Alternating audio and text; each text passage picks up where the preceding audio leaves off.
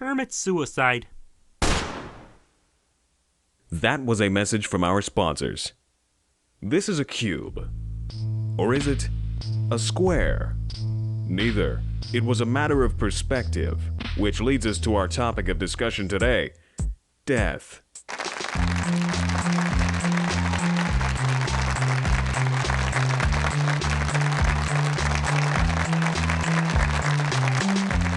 Greetings. We hope you're enjoying your existential crisis this morning, because we are about to meet a man who isn't. Harry, you say you've been having some trouble lately. It has been 791 consecutive days of thinking about my death. Terrible. Are you able to eat or sleep? This is quite common in severe psychosis. Harry has entered a shocked state where he is unable to respond to any stimuli.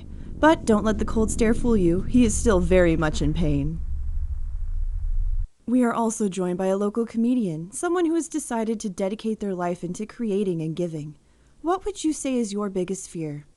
I'd say making people laugh. Apologies for this interruption, but for the owner of the green Romeo SUV, your wife has signed the divorce papers.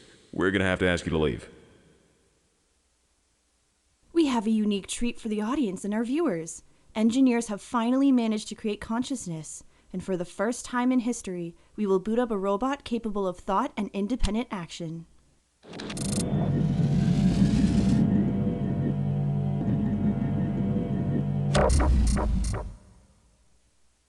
Hey, wife, are we going soon?